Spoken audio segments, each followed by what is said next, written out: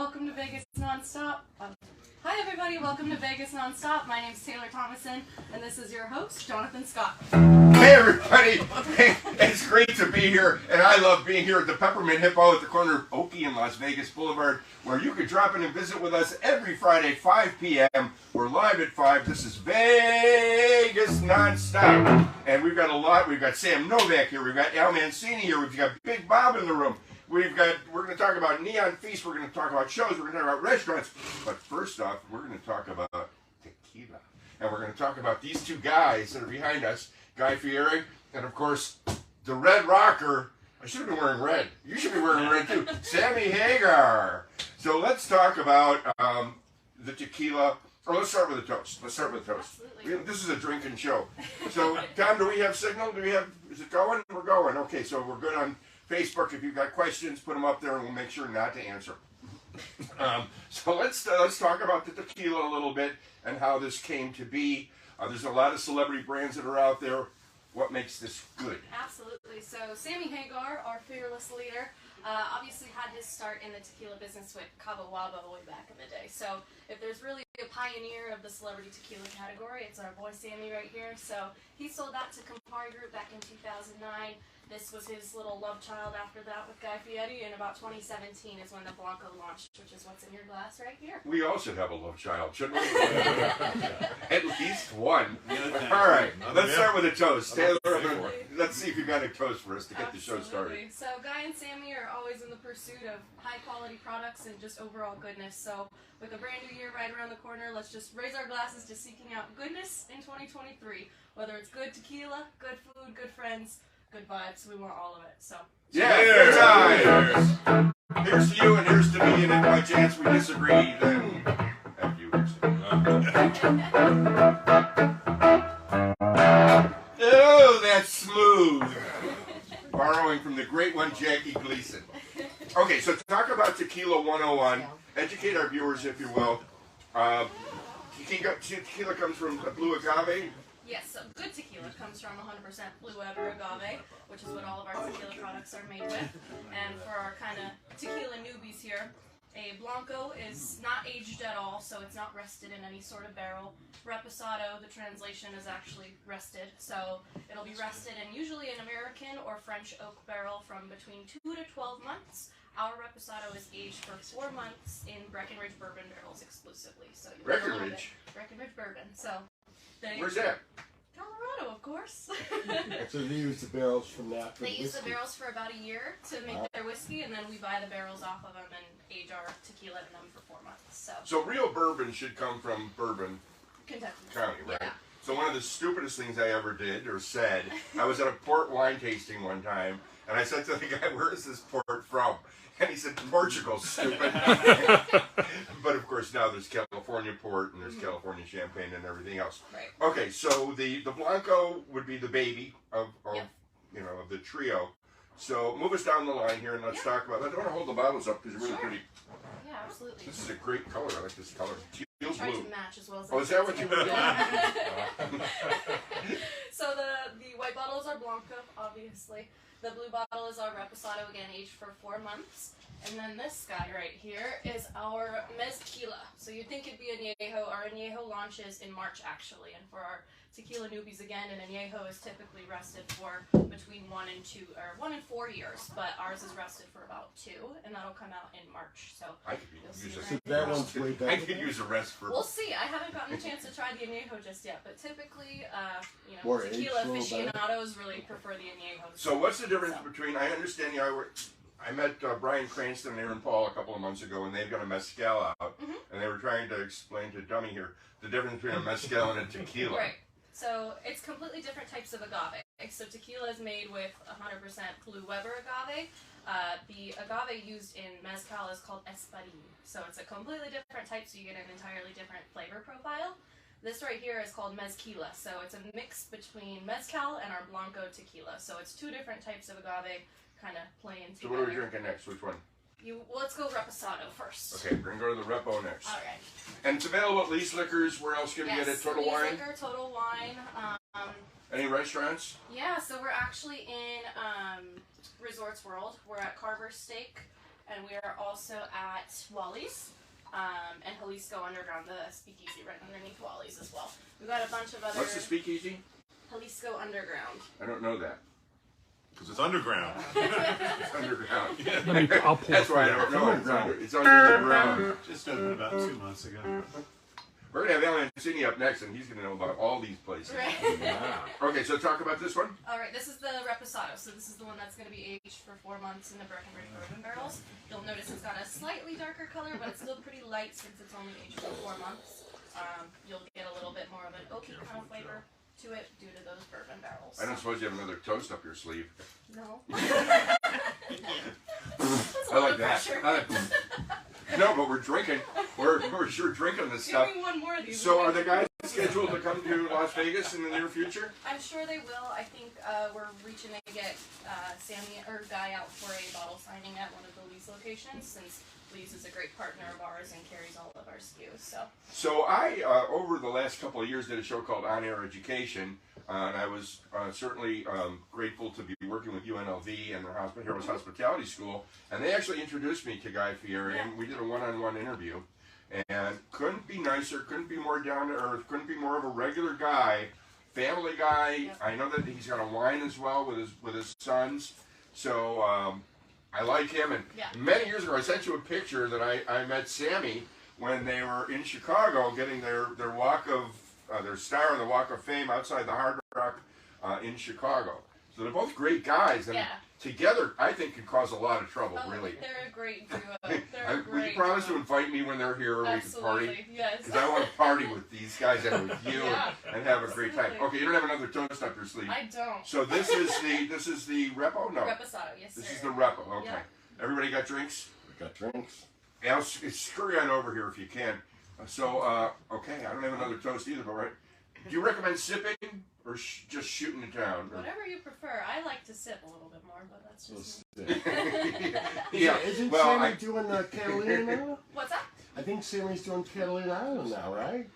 Is he? I didn't even Right, know. I don't know. Give us a little slide, a little It's not Taylor's terrible. Alice, come on over. We got Chicago Joe over here. Tom, you want to get a little Chicago Joe on?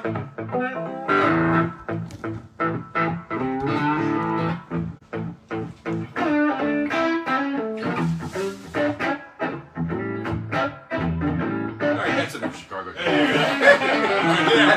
that was just until a time while we're going to be drinking.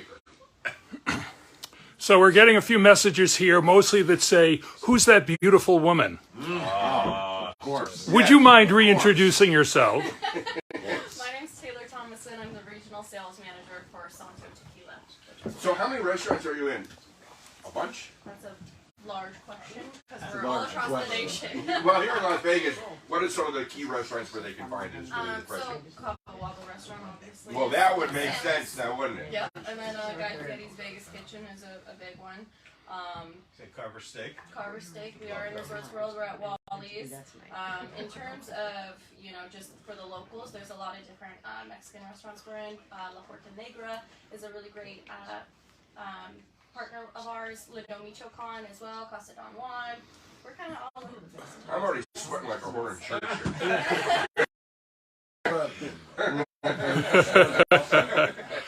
Not just yet. So starting early next year, we'll have a lot more of your basic corner liquor stores accessibility. But in every single Lee's and every single Total Wine, as well as Sam's Clubs too. So.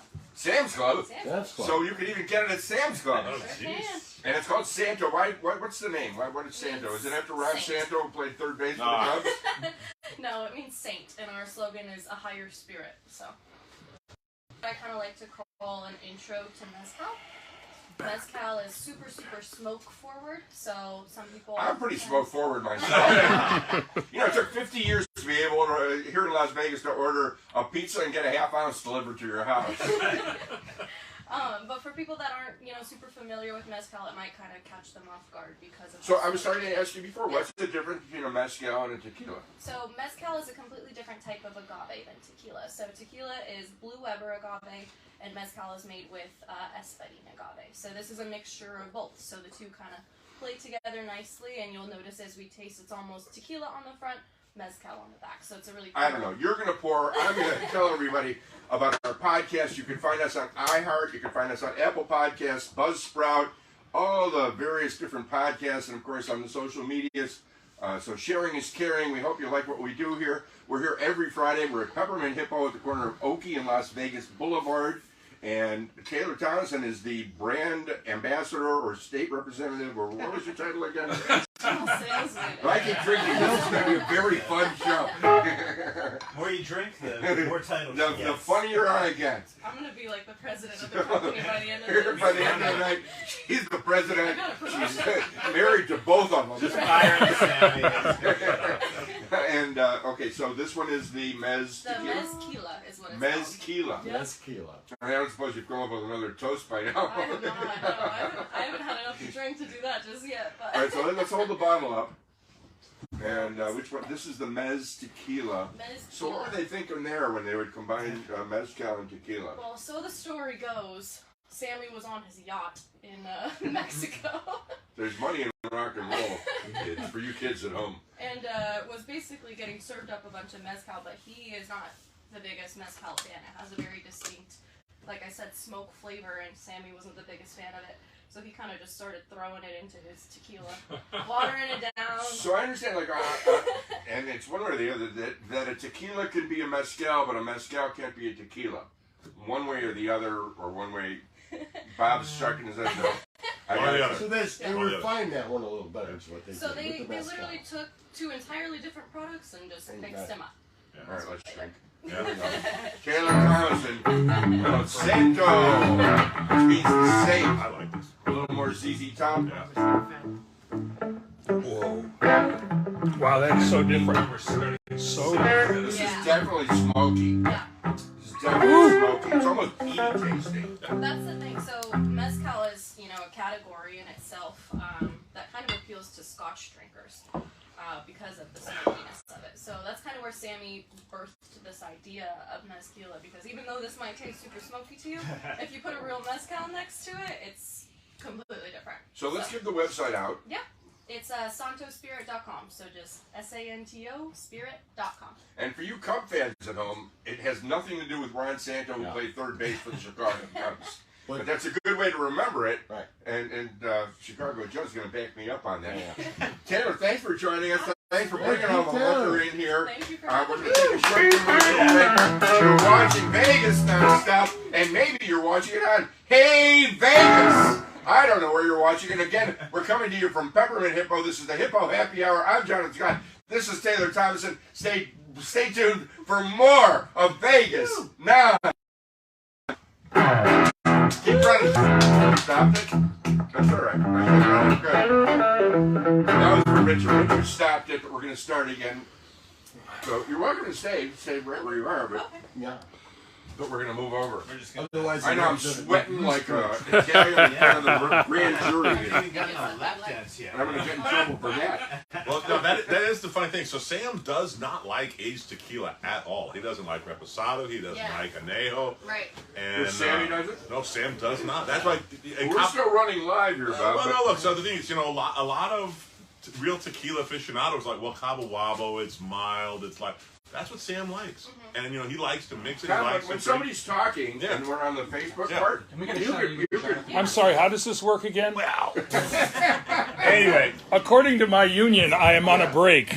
no, so I've known Sam. I've known Sam for 25 years. Hi, hey, We need a Thank red you. light. Hi, hey, Live feed goes.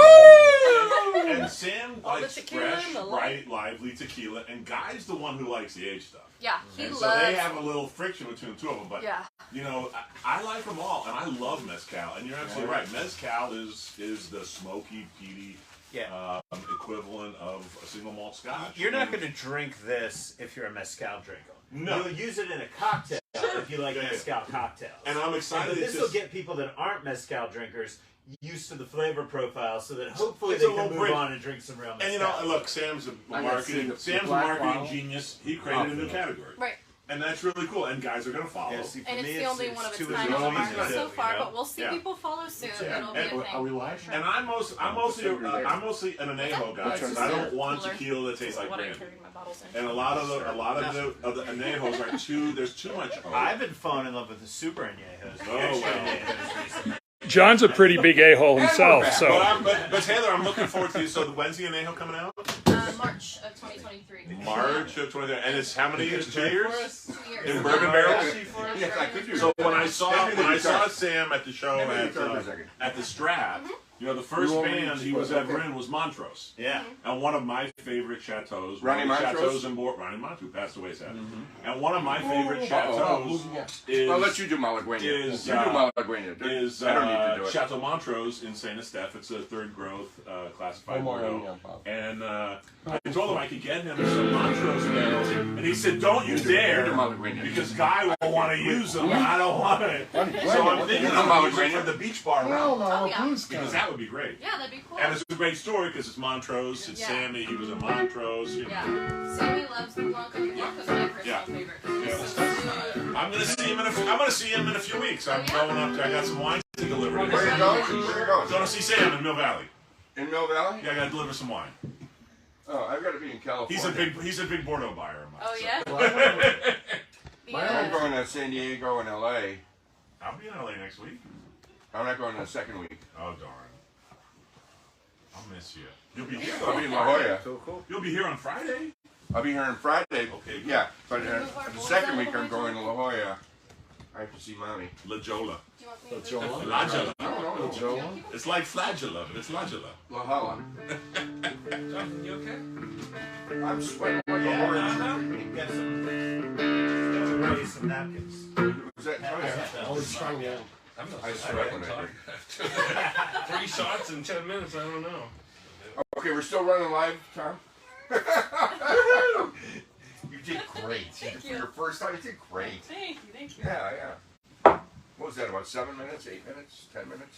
I don't know, 12. Time flies, man. When you're shooting tequila.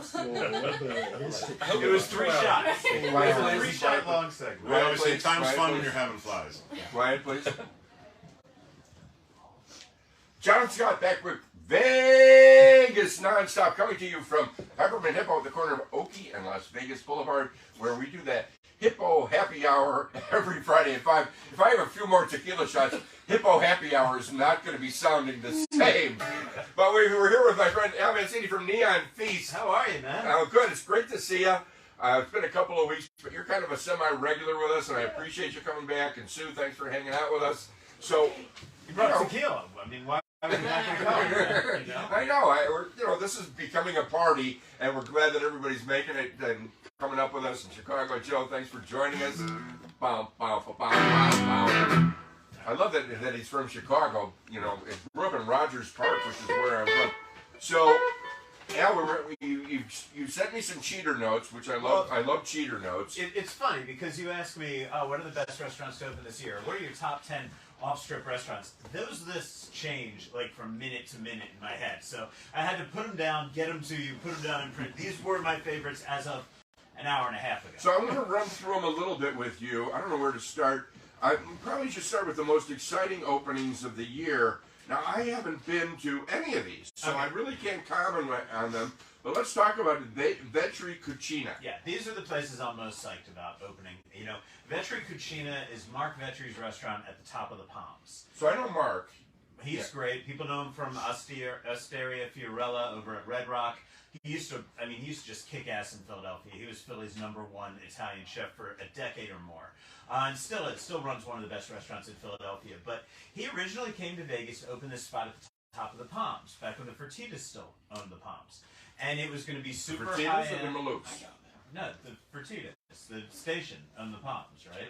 Remember that? I think it was the Malouks, wasn't it? No, the Maloofs, and then a whole bunch of banks, and then the Fertitas station bought it, and then they had it, and then COVID Shout out happened, to and George. they sold it. So, hey George, hey Fertitas. Anyway, George at Christmas. for that brief little period, they brought in Vetri to run this super high-end, super elevated place at the top of the Palms. Very rustic cuisine, but very elevated. One of the best views in the city. Then COVID happened. Nobody knew if it was coming back. It's back. It opened, I think, the beginning of November, and they've just been kicking ass up there. And it's Italian like nobody else in Las Vegas. You have to go there. Special date night place, or you can just go and sit at the bar and have appetizers. But I love that restaurant. Everybody go to Vetri Cucina, one of the coolest restaurants to open this year. What makes it different? Nobody else is doing this style of Italian. Really? Mark Vetri studied in northern Italy, so he takes a lot of northern Italian influences. He really embraces the idea of the kitchen of poverty, very rustic dishes that were, for families, that were not the wealthy families. But then he elevates it with a level of sophisticated preparation and really just a respect for the ingredients, right? So it's just nobody does this style, and nobody in Vegas is really doing this high end of Italian either. So it's really one of a kind in Vegas. Okay, next up you've got Anima by Ito. I never heard of that. Anima by Enema. Ido. Enema. Anima. Not an enema, no, and not Anima, but Anima, okay, it means, I think, life. Who would or name a something. restaurant that? The people from EDO, who named their first restaurant EDO. You gotta follow along, there's a story going I'm here. trying. I'm trying out. Okay, EDO Tapas was a fantastic place in Chinatown. Great Spanish restaurant. They decided they wanted to expand out to the suburbs. They opened probably in January of this past year. Anima. This is Italian meets Spanish with a lot of avant-garde twists, but a lot of respect for tradition. It's in the Gramercy, in there with DW Bistro. So this is definitely a suburbs kind of joint. And it's fantastic. It won all kinds of awards. It won an Eater Award this year for one of the best restaurants of the year. It won Desert Companions Restaurant of the Year Award. It is Al Mancini, one of my 3 or 4 That's favorite you. restaurants to open this year. Yes, it's on my. You're I wrote talking out in the third award person? myself. Yes, yes, I do. I do that now. I speak in the third person. So yeah, it's in the Gramercy. Check it out. Okay. And I'll tell you, order the eggplant parm. It's nothing like anything you've ever had before in your life. It's like a deconstructed, avant-garde eggplant parm.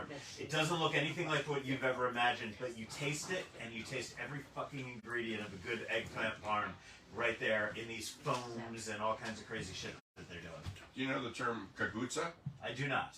What's an Italian word for eggplant? Okay. That and Moulin but we try not to say that. That's Okay. I'm gonna Wakuda. stay away from that. Wakuda. We're gonna move on. Wakuda in the Palazzo.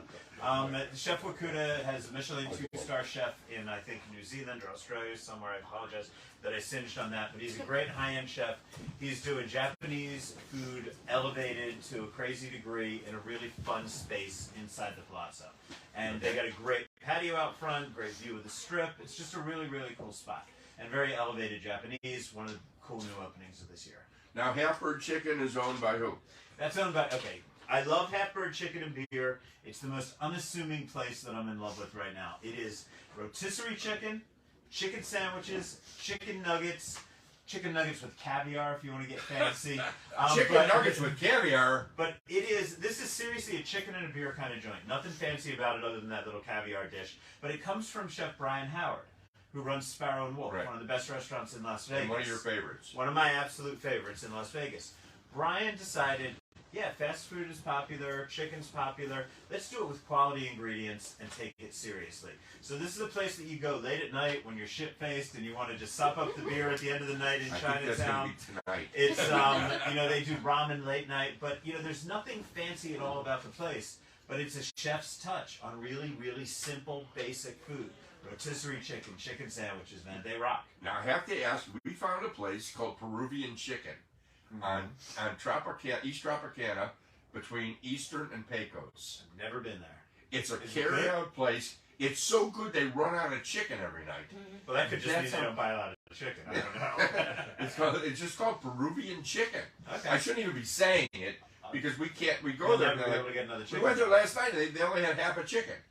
I was like, okay, we'll take the Take the last half a chicken. Okay, Yukon pizza. Yeah, Now I'm Yukon from pizza. Chicago, so I love pizza, but okay, that's good. Yukon pizza. I did my last podcast a week ago, the Food and Loathing podcast, did a half hour of the backstory on this place. I love this joint. This guy was in the movie business. His family has a sourdough starter that's been passed down through generation after generation, 125-year-old sourdough starter.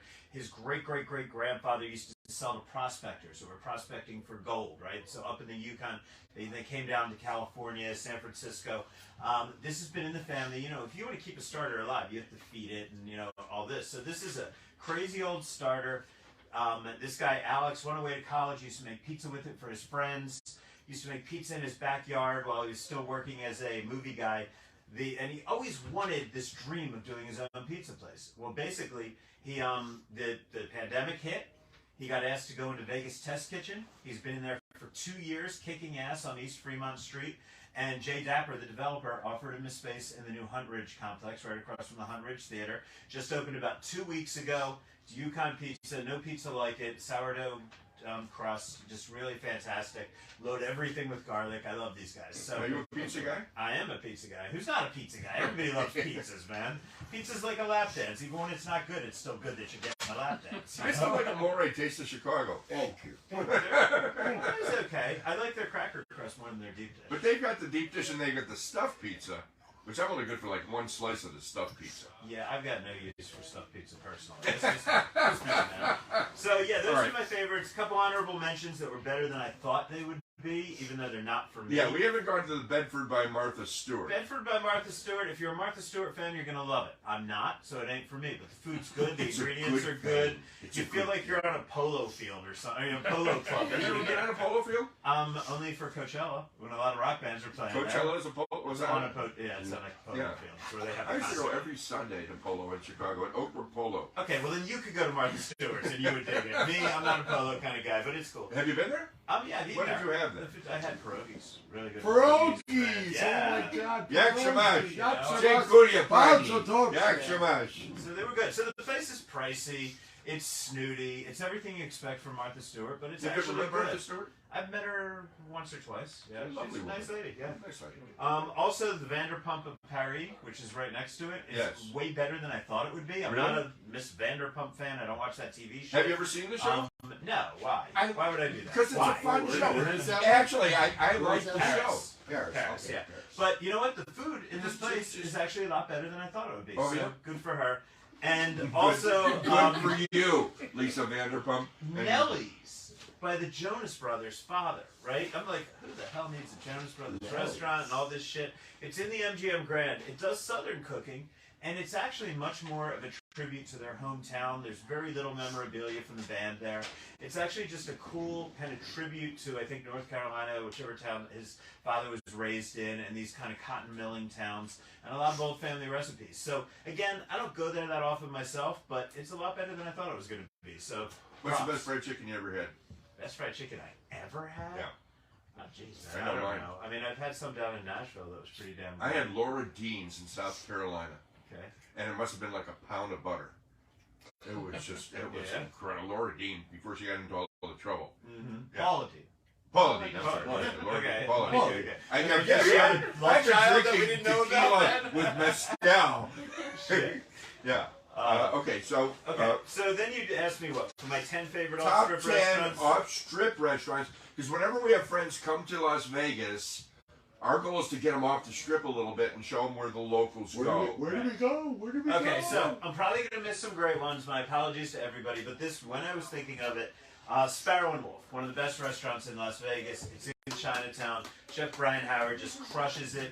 It's new American cuisine with a lot of Asian and other world influences. He's a fine dining chef from the Strip. I mean, he elevates this shit to a level that is unreal, but yet at the same time, you know, comfort foods like oxtail and things like that, a lot of lesser cuts of beef, and yet he still has a neighborhood vibe that you walk in, everybody knows your name.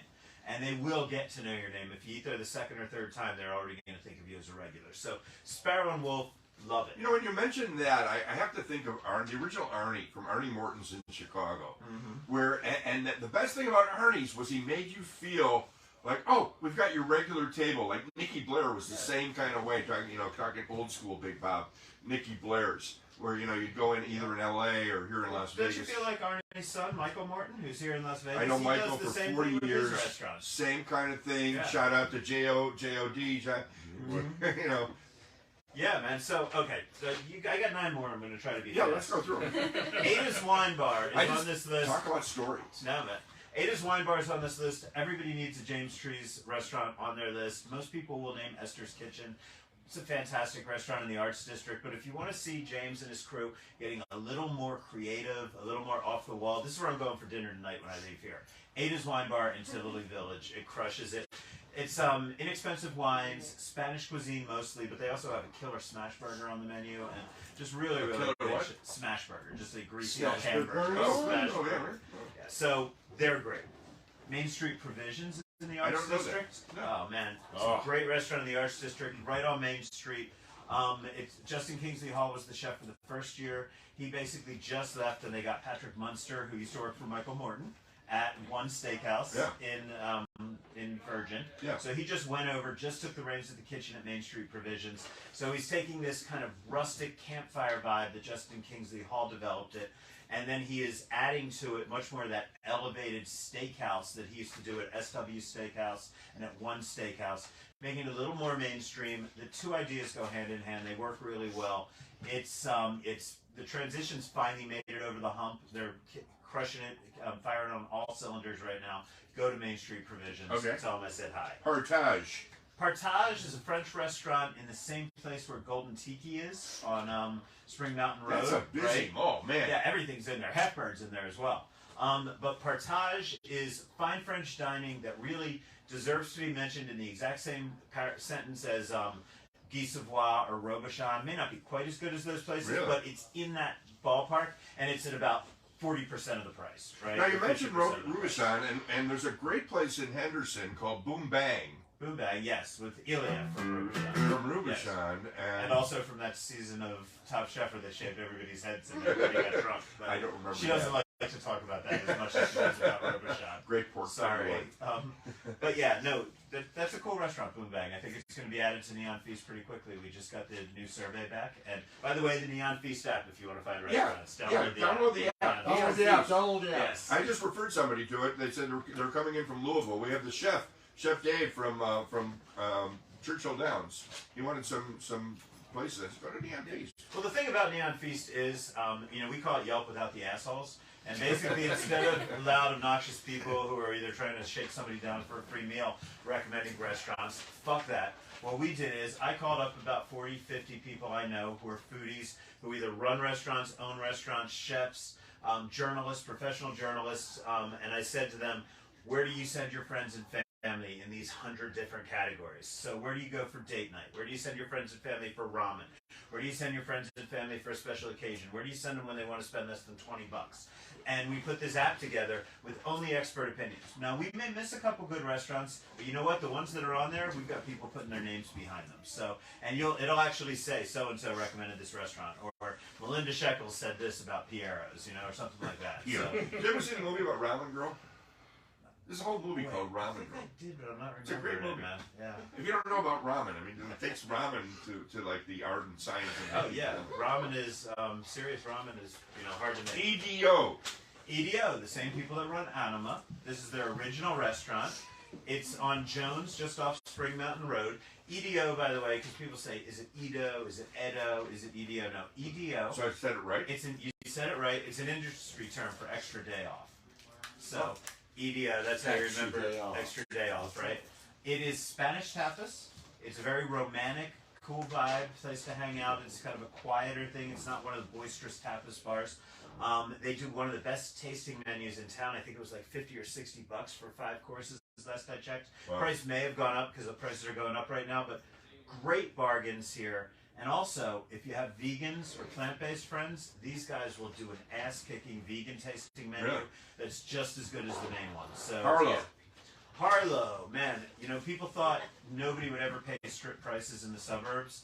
Then Harlow came along. It is, it's in downtown Summerlin. It is a steakhouse. It is by Chef Gina Marinelli, who a lot of people know from La Strega and other restaurants. This is their steakhouse. Then I took my parents here for caviar. You know what I like about Gina? I don't know. What? Her dad is like the defensive coach for the Raiders. And yeah, I would expect to see Raiders in this place. I see a lot of fine dining chefs in Harlow. Man, first of all, they've got caviar service that is unfucking reel with the scales and they weigh it out for you and all this stuff. They bring the cart to your table. I brought my parents there. We did a $600 caviar tasting there. See, the that's other day. another thing. Like we unreal. did with the I would need like someone to do like caviar 101 with me. Yeah, and I've gone to caviar tastings, but I still don't. Well, Harlow's a great place to do it. They also do tiny little cool caviar bites for people that just want to do caviar in a fun way and have it in like a cream puff or some weird shit. They do great things like that. But this is really a high-end steakhouse that deserves to be mentioned in the same conversations as the best steakhouses on the Strip. It is out in downtown Summerlin. It is pricey as hell, and the fact that it's packed every night is testament to the fact that it's worth it. It's really for the people that go to the best restaurants on the Strip but just don't feel like going to the Strip. No, we were going to go to E by Jose Andres. I know you called me, man. I did. I called you, and like they couldn't get us into like March or April. It's like $350 a person, plus tax and tip, and I'm like, really? It's well worth it. You said it wasn't. I did not say it wasn't. I never said that wasn't worth it. You're out of your fucking mind if you think I said that. It's one of my favorite restaurants. Because I used to go to Charlie Trotter's in Chicago, which was that same kind of, I don't know what I'm getting. I mean, I'm a steak and potatoes guy, really. So, they keep bringing stuff out. I get it. It's experiential. If you want to go with friends, spend 4 hours. All right, Vegas Test Kitchen. Vegas Test Kitchen is one of the best restaurants in Las Vegas because you never know what you're going to get there. Where is it? It's down on East Fremont Street, right next to Ferguson's downtown, the old refurbished Ferguson's Motel. And this is really a test kitchen where either unknown chefs, like the guy from Yukon Pizza who spent 2 years there, right, or super well-known chefs that want to work out a new concept. They can go in there from anywhere from a year to just a month to sometimes 2 weeks, and they just try out new shit. And you go in, there's 5 or 6 different chefs working every day that you go in. You order off the app, one thing from one chef, one thing from another chef, bring it to your table. Really inexpensive. Just, you never know what you're going to get, but it's always by a great chef. I can't even say this next one. Yui Edamai Sushi. This is really, people think the Strip has great sushi, and you talk about the Nobus and the Muramotos. Those places are amazing. I love them to death. But if you're a serious sushi lover, you want fish that you've never had before, the fish that's only in season 3 weeks a year in Japan, and this guy knows the fishermen out there, and he gets them for them. This place is on, it's right across from Sparrow and Wolf, actually, on a little side street. There's a shooting range in there. You would never, right across from it. Really very strange location, but you go in, I think the cheapest dinner is $160 for the tasting menu, and then they go up from there, somewhere around there. But you will just get sushi like you've never had it outside of, this is probably one of the best sushi experiences in America. I've been to Black Sheep. The Black Sheep, another one of my favorites, Chef Jamie Tran. She's doing, she was on Iron Chef? She was just on Top Chef. Recently. And she did pretty well. But, she's a local favorite, and it's Vietnamese food that her parents used to cook for her and her grandparents used to cook for her, interpreted through the French fine dining lens that she picked up working for Daniel Boulud and Vincent Pucelle and people like that. So, she just takes this Vietnamese American comfort food and she raises it to a really high level. And that's out on Durango and Warm Springs, so out in the burbs. Lastly, you've got 8 East. I've never heard of 8 East. 8 East is in Circa. And that is Dan Coughlin's restaurant. He ran Le Thai, still runs Le Thai over on Fremont East, which is one of his, it's one of the best restaurants on East Fremont. I think 8 East might be a little more fun, actually. Yeah. It's for a different crowd. It's for the tourist crowd. It's the only place I mentioned on this list that is, a casino restaurant, but it's sort of a Pan-Asian thing that he's got going on over there.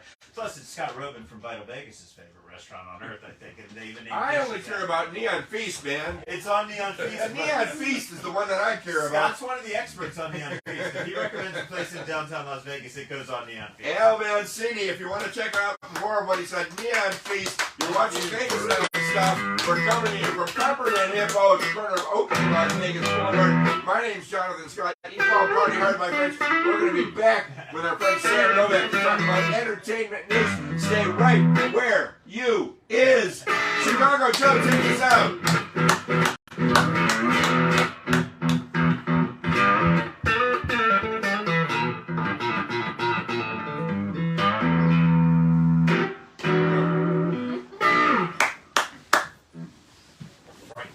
Let's get you on this side. Make it different. There is no way I'm going to be as eloquent as you.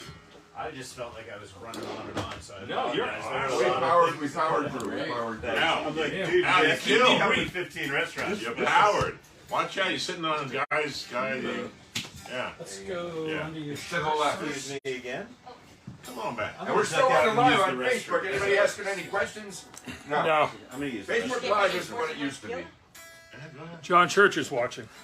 Oh, Johnny Church! Chicago Joe, come on over. Yeah, slide over. It's entertainment time now. Jonathan, if you are starting to rustle up, remember you have a microphone.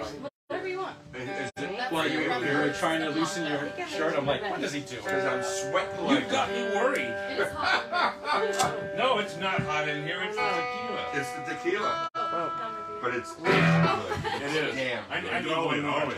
Give it a shot. Sammy, That's one tequila, more. man. I think that's my water.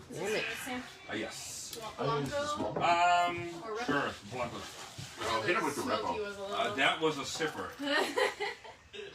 I got it down, but that one was a little bit intimidating. And we're still live on Facebook Live. Like us, caring I us. want a little bit of that. Yeah, absolutely. Can I keep Poquito. this in frame? Bob, you want some more? I'm good, I'm good. Okay. I'm eating today. You're taking this Oh, mezquila. that was my oatmeal this morning. Who is? Bob is. What are these notes? What did I do, man? I said you're taking a mezquila. Postage No, I have a bottle in the freezer. Oh, you do? Yeah, I do. I'm good, I'm good. I got some booze I need. You Right next to me. take it. Take mine to Chicago, Joe. I'm gonna go. Really, you are? Are Oh, you ready? Because Close the door. Taylor, I'll tell Close the you, door. Close the door. Chicago Joe. Close the door. Yeah. every time I go to his house, I have to bring a bottle of tequila. Oh, yeah? Yeah, and a fat one. Well, I'll leave them for you. Whoever wants some. I get him. I get him. Slide in just a little bit. I want to have some continuity. There you go. Yeah, perfect. It was probably mine. All right. So, I have one down remember. too. You said an anniversary Am party. I okay? And an engagement party, but you're not. That's Chicago what Joe, we're gonna start with you. Do something. Sweet Home Chicago Joe. Let's You want to go. see it all? Is that Yeah. what you want? Come on.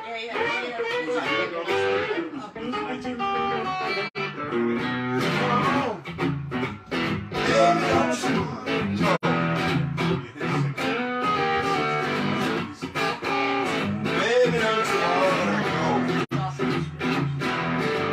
Back in that same old place. Sweet Home Chicago.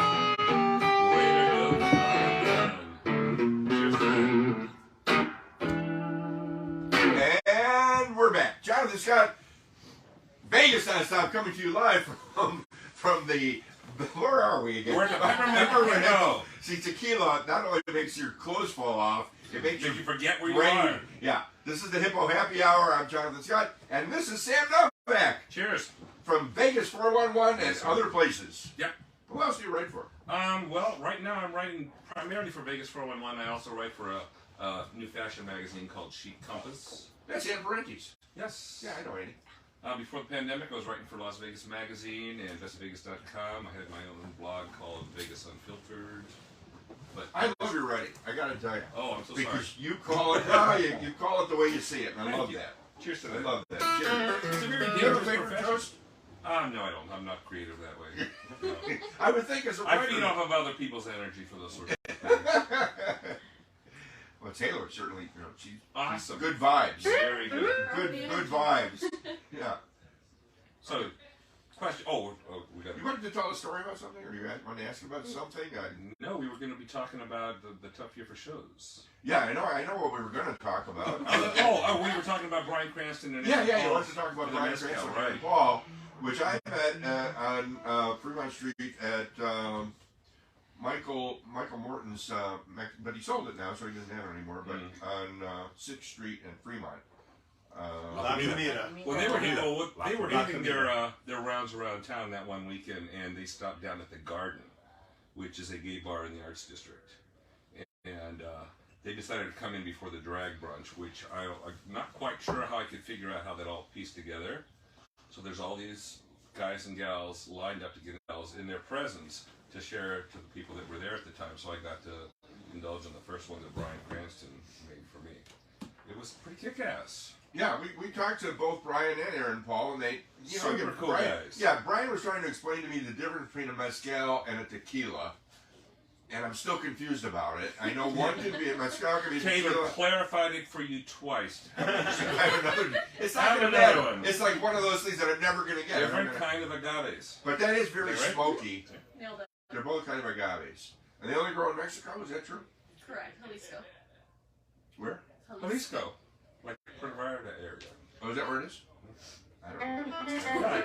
I have a home there. You do? You want to come visit? Yeah. No. Yeah. You know where it is. You're not coming. I can Tequila find has to come from Jalisco. my mom. God, but my mom is 89 years This old. meeting, I guess, can kind of come from anywhere. Yeah, it can come from anywhere. Yeah. But blue weather It is could So, better. no, Jalisco for tequila, but mezcal can come from other regions. Oh, okay. Remember your To blanket. confuse you If further. you're confused anymore, yeah. Let's have another shot. It'll all make sense. He already poured it. He went for the hard stuff. It's a 45-minute drive from Guadalajara. When it's siesta time in Guadalajara.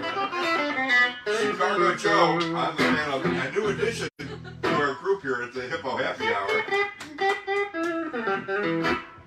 What's that guitar? You said some special guitar. Well, it's the stripper inlays, and you know, of course, because we were playing it's a strip club, right? So we brought the stripper inlay guitar.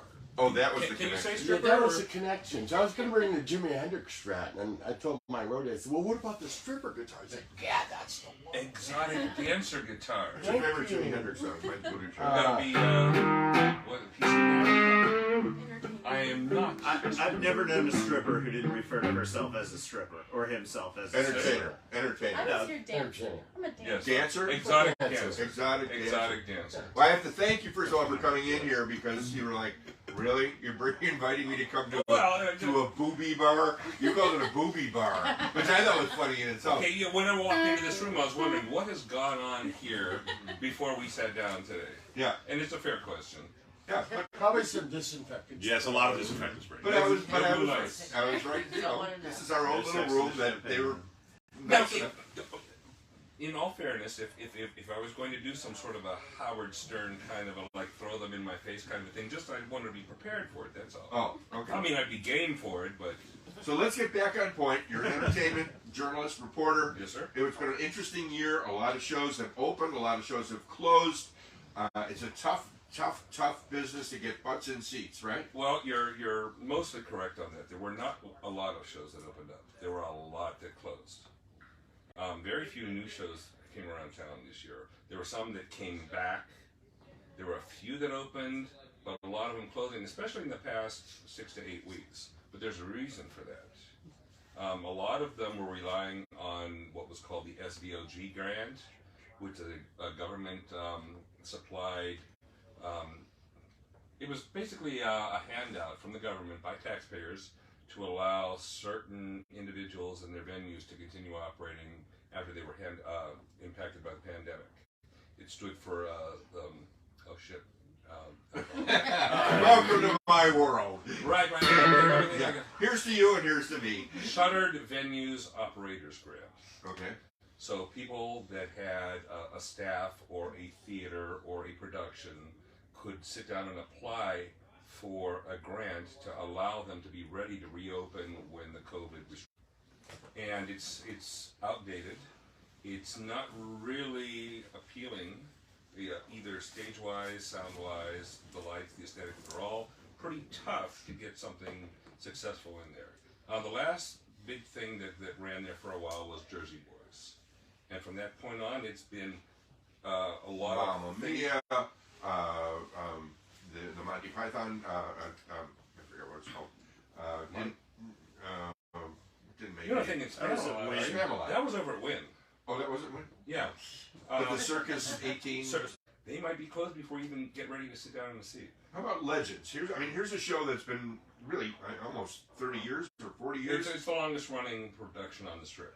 I wasn't truly surprised when they announced that they were going to be leaving Tropicana after this year, because that's another room like the Paris Theater that shows go to die. It's a tough room. I'm not sure exactly why. I think that it's a very well. I know that the costs in running the production there are a big problem. I know of a friend who had a show there that was spectacular. But I eventually will figure that out. Yeah, the union issue is what really is the killer there, because I've been told that there are people in the shows themselves that are getting less pay than the person who's sweeping the stage after the end of the show. Well, there's a big disparity between the A-list shows, the Lady Gagas and the Stings and the Aerosmith shows that are, you know, way up there in the Bruno Mars, and then the shows that are the C and D level shows, if you will. But there's that middle area that seems to be the tough nut to crack. Because you're either going to go for you're going to go for the kill. You're going to spend your discretionary income on something that's spectacular. For instance, Adele. Or you're going to go for something budget in the middle of the afternoon, a $20, $30, $40 show, just to pass some time and say, hey, I went to a Vegas show. Those things in the middle are the ones that are suffering the most, and those are the ones that are closing. And those were the ones that were only getting by because of those grants, which run out at the end of this month, in a matter of, well, tomorrow. So, I mean, we used to have 110 shows a night. I don't think we're anywhere near that right now. We're probably half of that, if that. And that's a reflection of the business. It's a reflection of people's tastes. It's a reflection of how people want to spend their free time. If they're coming to Vegas, and not a lot of them want to sit down in a theater for 2 or 3 hours. They're going to go to a restaurant. They're going to log in the Neon Feast and say, oh, this sounds like a good place to go. And they're going to spend some time at the casino. They're going to go to a betting facility if there's a big sporting event going on right now. But the entertainment, which is ironic, you know, we're known as the entertainment capital of the world, but that is the thing that is fading the most fast. Well, I think part of it came to be when the casinos didn't want to be in the entertainment business anymore. Well, that's one chain of casinos in particular, and that would be the Caesars. I mean, when I first started coming here, they'd give you the hotel rooms, they'd give you the limos, they'd give you the restaurants, they'd give you the shows, but they'd get you at the tables. I don't know that's the same anymore. I don't know that factor is to blame for entertainment in particular, because that's across the board for everything. All of the perks that you used to get as a guest and a gambler, all of those perks have been whittled away. Right. Your dining comps, your room comps, anything like that. Entertainment is just one facet of that, so I don't really personally believe that that's much of an issue. It's a changing game here, and public tastes are shifting, and where the money is going is where people are going to be focused on, and entertainment, sadly enough, is not one of those things. Well, where do you see it going in the entertainment? I think that it's going to go. It's pretty clear, I think, at this point, that all of those middle-of-the-road shows, those budget price, but moderate in scale kinds of things are going to disappear. You're going to see a resurgence of lounge entertainment, and the huge headliners. The things in between are going to go away. We sure missed that. I mean, the lounge acts used to be huge here. And there are a lot of them right now that are going strong. Like what? Take, for instance, Sky D. Miles. She can. Sky was on with us 2 weeks ago. Love her. And she can fill the Ghost Bar at Palms. She can go over to S Bar at Mandalay Bay, pack them in. Before that, she was over at the Shag Room at Virgin Hotel. And even though Virgin isn't really one of those places that you think, oh, I need to go there tonight, when she would be on, people would follow her. Right. So she's not a headliner. She is a lounge act. But she can also throw a production that makes the simple lounge act something beyond the normal. Absolutely. Tom White's got a question. I got a question. Our friend Tom White, who also, by the way, he's got a new book out. Where's the book? It's over here. It's called The Siren Scream. But Tom also has a background in theater and has worked with our friend Alan and Kathy on Menopause the Musical, which is probably the longest running. It is the longest running, and this is my question. You know, as you were talking about those middle B minus C shows, you've got the stuff coming out of Spiegel World, the Atomic Cafe, Atomic Saloon, and what's the other one? You've got Opium, Absinthe, and Atomic Saloon. They got a new one coming out. And they've been running quite a while, and they survived COVID. Why do you think that is? Because they are appealing to a segment of the population that needs to have some sort of a brand name recognition. I think in a lot of ways, Spiegelworld has done what Cirque du Soleil used to do. When Cirque du Soleil probably changed the whole face of entertainment here in Vegas. Sure. And then they started replicating themselves to the point where we had 8 of their shows. Yeah. Water Cirque, Sexy Cirque, right, right. Where and Spiegelworld hopped on top of that point where people are tired of this. They want what's next, and Spiegelworld was able to do the what's next thing with the outrageousness, the sauciness, the things that you can't get in other towns. Cirque has 30 touring shows at any given time. I'm estimating, but I'm guessing that to be right. You can see one of those in your own city. Cirque, they became bland because they were doing sameness. You've got to come to Vegas to see a Spiegelworld show. I mean, they do have the occasional out of the city kind of a thing, but it's bringing Vegas to your town versus the opposite. Now we still have the $59, $69 shows like our friend Pete Housley has. All Motown and those are great. You've got several examples of that. You've got the shows at Alexis Park. You've got the shows at the V Theater at Planet Hollywood, and you've got the ones down at Notoriety, which are a constant mix of different kinds of things. If you want to spend a whole night just doing a lot of entertainment, you can go to one spot and see a comedy. You can see a burlesque. You can see a mentalist show. And those are really cool. You can see 2 or 3 for much less than the price of one headliner and have a freaking blast. And sure, Angela Manstabile shows, all the ex-burlesque and the ex-country, and Piff, and Tapeface, our friend Tapeface. Tapeface, I saw him tonight, or last night for the first time. Loved it. Again, don't you think he's going to be like the next Charlie Chaplin? I just love Tapeface. I don't think he's going to be the next anything. He's unique. Well, he's Tapeface. I mean, he is who he is.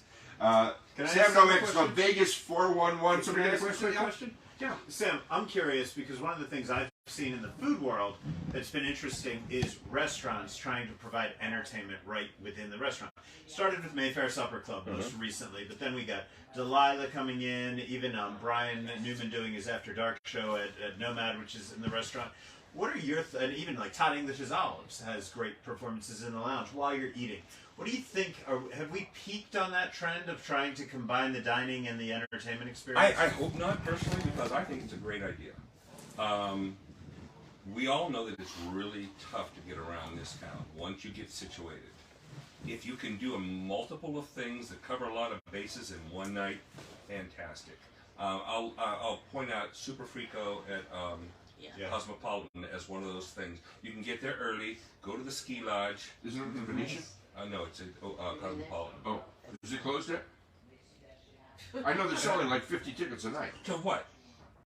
Oh, you should read Vegas 411 because they just completely revamped that show and they've it's a whole new experience now, and they're presenting that as a package the way that they did several years ago before Rose Rabbit Live when they did the dining and they had a 3-part show called Vegas Nocturne, which was probably a little bit intimidating for some people because we were asked as media people to not tell too much. And when you're going to commit to an all-evening experience, you want to know what you're buying. So I think that they chopped themselves at the ankles for that one. Opium has been running for a while. They've trimmed it down from being a production with a storyline to basically a variety show with a theme. It's extremely fast-paced. And the entertainers, between the 2 performances in the night, will go over to the restaurant and do little things that aren't even in the show, but they're so cool that you want to see the show. And if that is too much for you or you need a break from that, the ski lodge is another little speakeasy off to the side. I've been there yet. Go to it. It's fantastic. Yeah. You've been to it as well? Yes. Ross Molson, who is behind all of Spiegelworld, he has an affection for Jackson Hole's skiing. So he equipped this whole place to be a representation of his own personal fascination with that environment. You walk in, and it doesn't matter if it's 4th of July, you're going to feel a little bit chilly even though it's a comfortable temperature because there are fake windows that show snow coming down. The staff are, they have ski caps on and parkas, and all of the drinks in the fireplace make you feel like it's a cool, chilly place. It was my place, my choice for the best place to chill in Las Vegas for the year. It's awesome. So you can go there. You can go over to the restaurant, have a great meal. Check out the show, which is I think the best version of it that they've had in the past 5 years, and it's one of those things people were constantly changes up their entertainment. They might swap out acts between the 3 different shows, but they're always fresh. And that's one of the things that was a problem with Cirque. You're going to 25 years maybe, same thing, right, every time. Right. People like familiarity, but they also want it to feel new. Right. And that's where Spielberg. Well, when everybody comes to me and they say they want to open a new show, I always say, you're not going to be their first show, because people on the airplanes at tours, you get Cirque. You want to be their second show, because the first show they're going to want to go see a Cirque show, whether it's MJ Live or whether it's going to be the Beatles Love Show. Try and be their second show, and I try and talk them out of opening show all together. I just recently found out that a vast majority of people now coming to Vegas don't even make reservations till they get here. Right. Because they don't know what they're going to see. They don't even know what's open. So they'll get here and check it out, and then they'll make their decision. That's a given standard. When it comes to shows, people will not buy their tickets until they've arrived. So when you get into the luggage claim area of the airport, you're bombarded. What an amazing marketing place that is. You could stay there all day and be entertained because there's so much going on around you that before you've gotten your suitcase, you know what's going on in town. Then you get back to your hotel, there's a magazine that I used to write for that will tell you everything else, and inform you on how to get those tickets. So you make an educated decision how much you want to spend, what kind of entertainment you're going to get, and you just do it. I'm just hoping as an aficionado of entertainment that people will continue to jump into that and not just go straight to the casino, not just go straight to the high-end restaurant. There's so much to do here. Don't limit yourself. Yeah. And the headliners, unless they've got a long-term residency here, we've got a lot of people like the Jonas Brothers that'll come in, they'll do 3 shows. I don't recommend for fans to come to Vegas to see a headliner that's also touring around the country. For one thing, you can see them, that's the same situation where you don't want to do here what you can do at home. If you do it here, you're going to pay 2 or 3 times the cost. For instance, Duran just did a couple of shows over at the Wynn. Their ticket prices for the exact same show were $47 the weekend before they got here. Here they were going up on $600, $800 for the exact same show. We go out of town to see headliners. Right, and a lot of my friends we'll do go the to same. LA, we'll go to Phoenix, we'll go someplace else to see them. If you love a touring act, don't see it in Las Vegas. There's too many other things that are better options here. Do here what you cannot do at home. Have a blast. Tip the people that are helping you out and having a good time, and make it something memorable. Let's wrap it up. Vegas 411, one show. Pick one show. What should they see? Jeez, you'd have to lay that on me. But one show. Okay, this is probably going to come as a surprise, but I'm on the spot. If you want a sexy show, go to Rouge at the Stratosphere. They're doing gangbusters. Fun show. I've seen it. I've seen probably 12 times. I was going to talk about Tom's book, but Tom won't do it. The Siren Scream, available on Amazon. I'm Jonathan Scott. I want to thank our guest, Taylor Thomason from Santos Tequila. Thank you so much for being here. Sam Novak, Vegas411.com. 411.com. Any other stuff you want to plug? No. Just right there. Elmwood City Neon Feast. Big Bob just being supportive and hanging out with us here. And we had Chicago Joe, who I was going to have end the show, but he had... Big Bob's going to take us on out of here on his fancy guitar. Thanks, everybody.